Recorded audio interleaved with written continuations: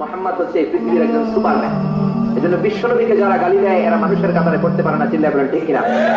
আল্লাহ এদেরকে হেদায়েত দান করুন, আমরা বলি আমিন। আর জোরে পড়েন আমিন। আমরা শুরুতেই 3টা তাকবীর দিব। তাকবীর দিয়ে আমরা সংক্ষিপ্ত আলোচনা শুরু করে দিব, পড়েন ইনশাআল্লাহ। আমি বেশি সময় কথা বলবো না, অল্প কয়েক মিনিট কথা বলবো। আমার আগে হযরতুল আল্লামা নজীর আহমদ সাহেব চমৎকার কথা বলেছেন। আর আমি অত্যন্ত ক্লান্ত। গতকাল আমার প্রোগ্রাম ছিল রাজশাহীতে।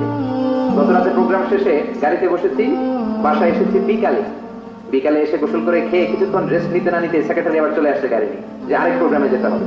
এজন্য আপনারা যদি মেহেরবানি করে এখন যেমনি চুপ আছেন, এখন যেমনি আমার কথায় সাড়া দিচ্ছেন, আমি শেষ পর্যন্ত থাকা অবস্থায় এইভাবে যদি এই সাড়া দেওয়ার ধারাবাহিকতা অব্যাহত রাখেন তাহলে 2 মিনিট কথা আপনাদের সাথে শেয়ার করতে পারেন ইনশাআল্লাহ।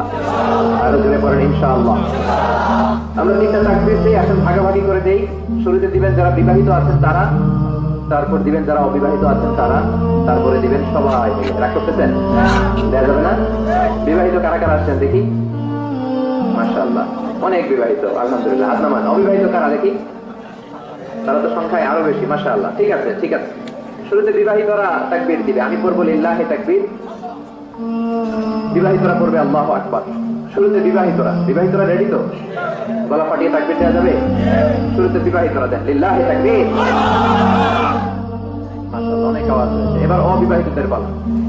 অবিবাহিতরা রেডি? বিবাহিতদেরকে হারাই দেওয়া যাবে ইনশাআল্লাহ? বলবা না? এবার অবিবাহিতদের পালা, লিল্লাহি তাকবীর। যেমন বলেছে তেমনই করেছে। এবার সবাই মিলে 3টা এক এক তাকবীরে যাতে প্যান্ডেল কেঁপে যায়। লিল্লাহি তাকবীর, লিল্লাহি তাকবীর, লিল্লাহি তাকবীর। আল্লাহ আমাদের তাকবীরগুলোকে কবুল করে নেক, আমরা পড়ি আমিন। আর জোরে পড়েন আমিন। আমি সূরাতুল বাকারার 186 নম্বর আয়াত তেলাওয়াত করেছি। আল্লাহ সেখানে বলছেন ওয়া ইযা সাআলাকা ইবাদি আন্নী ফাইন্নী কারীব। ও নবী, আমার বান্দারা যখন আমার ব্যাপারে জিজ্ঞেস করে যে আমি কোথায়, আপনি বলে দেন ফাইন্নী কারীব, নিশ্চয়ই আমি কাছে। আল্লাহ কি কাছে না দূরে? আল্লাহ যদি তৌফিক এনায়েত করেন শেষ পর্যন্ত এই আয়াতের আলোকে আপনাদের সাথে কি করে আল্লাহকে ডাকতে হয়, কেমন করে প্রার্থনা করতে হয়, কেমন করে মুনাজাত করতে হয় সে বিষয়ে কিছু কথা শেয়ার করব ইনশাআল্লাহ। সবাই পড়েন ইনশাআল্লাহ। ওয়া ইযা সাআলাকা ইবাদি, যখন বান্দারা জিজ্ঞেস করে আপনাকে আমার ব্যাপারে, আন্নী ফাইন্নী কারীব, আপনি বলে দেন নিশ্চয়ই আমি কাছে। বুঝা গেল আল্লাহ আমাদের কাছে। চিৎকার করে বলেন আল্লাহ কাছে না দূরে? কাছে না দূরে? নাহনু আকরাবু ইলাইহি মিন হাবলিল ওয়ারিদ। আল্লাহ বলছেন হাবলুল ওয়ারিদ, তোমার ঘাড়ের যে রগ আছে এই রগের চেয়েও বেশি কাছে। তুমি তোমার যত কাছে তোমার রগ তার চাইতেও তোমার বেশি কাছে, ঠিক না? এখন এই যে হুজুর আমার কাছে, হুজুরকে দেখা যায় কি যায় না? উনি আমার কাছে, দেখা যায় কি যায় না? আল্লাহ বললেন আমি তোমাদের কাছে, কিন্তু আল্লাহকে কি দেখা যায়? জোরে বলেন। এখন কাছে হলে তো দেখা যাওয়া উচিত ছিল, ঠিক কিনা? কিন্তু আল্লাহকে দেখা যায় না। দেখা যায়? কেউ দেখেছেন? পিছনের কেউ দেখেছেন? কেউ আমরা দেখি নাই। লা তুদরিকুল আবসার ওয়া হুয়া ইউদরিকুল আবসার ওয়া হুয়াল লাতীফুল খাবীর। তাকে দেখা যায় না, তাকে ধরা যায় না, তাকে ছোঁয়া যায় না, তাকে না দেখে বিশ্বাস করে নিতে হয়। চিল্লায় বলেন ঠিক কিনা? কেমন করে আপনি তাকে দেখবেন? আপনি তো নিজেকেই দেখেন নাই। আপনি কি আপনার নিজেকে দেখেছেন? আচ্ছা বলেন তো, আপনি কি আপনার চোখ দেখেন আয়নার সাহায্য ছাড়া? এই যে আমি এখন বসে আছি, আমি কি আমার চোখ দেখতে পাই আয়না ছাড়া? আপনারা আমার চোখ দেখতে পান, আমি আপনার চোখ দেখতে পাই, কিন্তু আমরা কি আমাদের চোখ দেখতে পাই? আমরা কি আমাদের পিঠ দেখতে পাই? আয়নার সাহায্য ছাড়া কি পিঠ দেখেছেন? আয়নার সাহায্য নিয়েও তো পিঠ দেখা অনেক কঠিন, ঠিক কিনা? তো আপনি নিজেকেই দেখেন নাই ঠিক মতো, আর নিজের স্রষ্টাকে দুনিয়াতে বসেই দেখতে চান, এটা অসম্ভব। পৃথিবীতে বসে আল্লাহকে দেখা যায় না। আল্লাহকে দেখতে হলে জান্নাতে যাওয়ার দরকার আছে না নাই?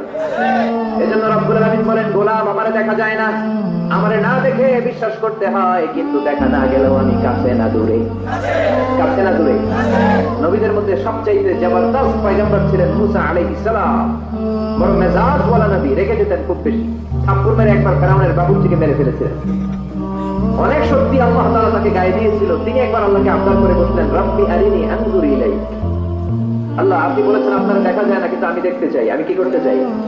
জোরে বলেন। আল্লাহ বললেন লান তারানি, never you can see me, never you can see me. তুমি আমাকে দেখতে পাবে না, কারণ আমাকে দেখা যায় না। সাইয়েদনা মুসা বললেন আমি দেখতে চাই। আল্লাহ বললেন দেখা যায় না। মুসা বলে দেখতে চাই। আল্লাহ বললেন দেখা যায় না। মুসা আলাইহিস সালাম বললেন, কথা বলেন না কেন? আল্লাহ বললেন, মুসা বললেন, আল্লাহ বললেন। মুসা বলে দেখতে চাই,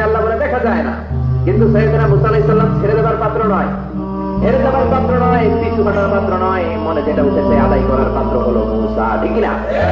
উনি বললেন রব্বি আরিনি আনজুর ইলাইক, আল্লাহ আপনি আমারে দেখা দেন, আমি দেখতে চাই। আল্লাহ বললেন লান তারানি, never you can see me. ওরে মুসা, এই বায়না ধরো না, আমারে তো দেখা যায় না, এই পৃথিবীর চামড়ার চক্ষু দিয়ে আমাকে দেখা যাবে না। মুসা বললেন আমি দেখেই ছাড়বো। আল্লাহ বুঝাতে পারেন না, মুসাও ছাড়েন না।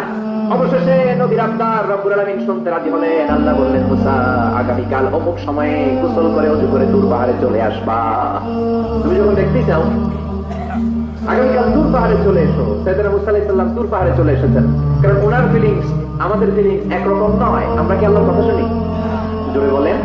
কিন্তু ওয়াকাল্লামাল্লাহু মুসা তাকলিমা, উনি আল্লাহর কথা শুনতেন। তো ওনার চিন্তা হচ্ছে যার কথাটা এত সুন্দর, না জানি উনি দেখতে কত সুবহানাল্লাহ বলবেন না?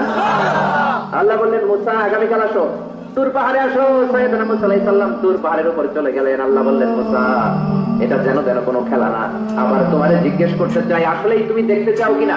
মুসা আলাইহিস সালামের এক কথা এক দাবি, দেখতে চাই, এক কথা এক দাবি, সেটা কি? অফ করে যান, আমি দেখতে চাই খোদা, আমি দেখতে চাই আপনাকে। আল্লাহ বললেন মুসা এটা সাধারণ খেলা নয়, এটা বিপিএল এর খেলা নয়, এটা আইসিসি নয়, এটা ফিফার খেলা নয়, এটা মুসার সাথে বিশ্ব গভর্নমেন্টের খেলা, ঠিক না? এটা সাধারণ খেলা না, it's a very dangerous game. তুমি যদি স্টার্ট করো you have to go until the last moment, শেষ পর্যন্ত তোমাকে যেতে হবে, ঠিক না? মুসা আলাইহিস সালাম এক পায়ে খাড়া। সাইয়েদনা মুসা বললেন আমি রাজি। আল্লাহ বললেন ওকে, তাহলে খেলা শুরু করে দিলাম। ও মুসা তুমি দাঁড়িয়ে থাকো, খেলা এখন শুরু হয়ে যাবে। রব্বুল আলামিন মুসা আলাইহিস সালামের চারিদিকে অন্ধকার করে দিলেন। কি করে দিলেন?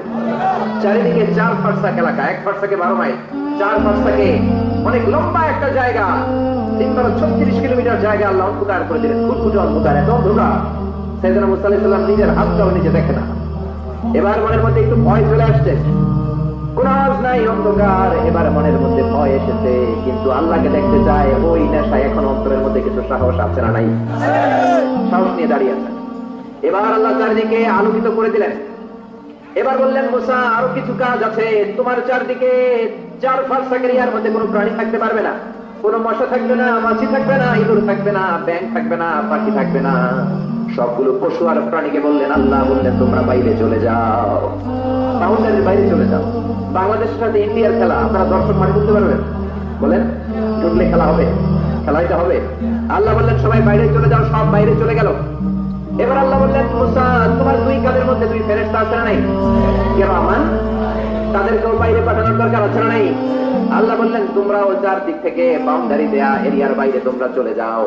এবার রব্বুল আলামিন বললেন আল্লাহ স্পেশাল সিকিউরিটি ফোর্স ফেরেশতাকে তোমরা 4 দিকে বাউন্ডারি দাও। স্পেশাল সিকিউরিটি ফোর্স ফেরেশতা কাদের সাথে কাঁধ লাগিয়ে, পায়ের সাথে পা লাগিয়ে 4 দিকে একটা বাউন্ডারি দিলেন। চিল্লায়ে বলেন আল্লাহু আকবার। এবার সাইয়েদনা জিবরাইলকে আল্লাহ বললেন ও জিবরাইল তুমিও ঢোকার চেষ্টা করো না, তুমিও বাইরে চলে যাও। সুবহানাল্লাহ। সাইয়েদনা জিবরাইল বলে আল্লাহ আমাকে তৈরির পর থেকে, আমাকে রূহ দেওয়ার পর থেকে আজ পর্যন্ত তোমারে আমি দেখি নাই। সিদরাতুল মুনতাহা হলো আমার লাস্ট বর্ডার, ওই বর্ডারে কান লাগিয়ে তুমি যা বলো শুনি, ওই কথাগুলো নবীদের কাছে পৌঁছে দেয়, এটাই আমার ডিউটি। আজ পর্যন্ত আমিও তোমারে দেখি নাই, তোমার নূর এখনো দর্শন লাভ করি নাই, আমিও দেখতে চাই। আমার ভাই মুসার সাথে আমাকেও দেখতে দাও। আল্লাহ বললেন no no, this game is between Musa and me. এটা মুসার সাথে আমার খেলা, তোমার তো খেলা নাই, ঠিক না? জিবরাইল তুমিও বাইরে চলে যাও। সাইয়েদনা জিবরাইলও বাইরে চলে গেলেন। এবার একেবারে গ্রাউন্ড রেডি, স্টেডিয়াম রেডি। এবার খেলা হবে। খেলা কি হবে? যদি বলেন কি হবে? মুসা আলাইহিস সালাম আর বিশ্ব গভর্নমেন্ট আল্লাহর সাথে খেলা। আল্লাহ বললেন মুসা তুমি উপরের দিকে তাকাও। সাইয়েদনা মুসা আলাইহিস সালাম উপরের দিকে তাকালে দেখলেন প্রথম আকাশ দেখা যায়, তারপরে দ্বিতীয় আকাশ, তৃতীয় আকাশ, সব দেখতে আরম্ভ করলেন। প্রথম আকাশ এটা বিশাল একটা area, it's a big space, we can't imagine. এটা কত বড় আমরা কল্পনা করতে পারি না, বিশাল। এই যে ছোট্ট একটা জায়গায় আমরা কুমিল্লাতে বসে আছি। কুমিল্লা হলো বাংলাদেশের 64 জেলার একটা জেলা। 64 জেলা নিয়ে আমাদের সুজলা সুফলা শস্য শ্যামলা বাংলাদেশ। এই বাংলাদেশ হচ্ছে পৃথিবীর অনেকগুলো দেশের মধ্যে থেকে ছোট্ট একটা দেশ। এক কানাডা বাংলাদেশ থেকে 100 গুণ বড়, এক রাশিয়া বাংলাদেশ থেকে 200 গুণ বড়। এরকম 200টা দেশ নিয়ে এই পৃথিবী, তার মধ্যে দেশগুলো হচ্ছে 30 ভাগ আর সাগর হচ্ছে 70 ভাগ। চিল্লায়ে বলেন আল্লাহু আকবার।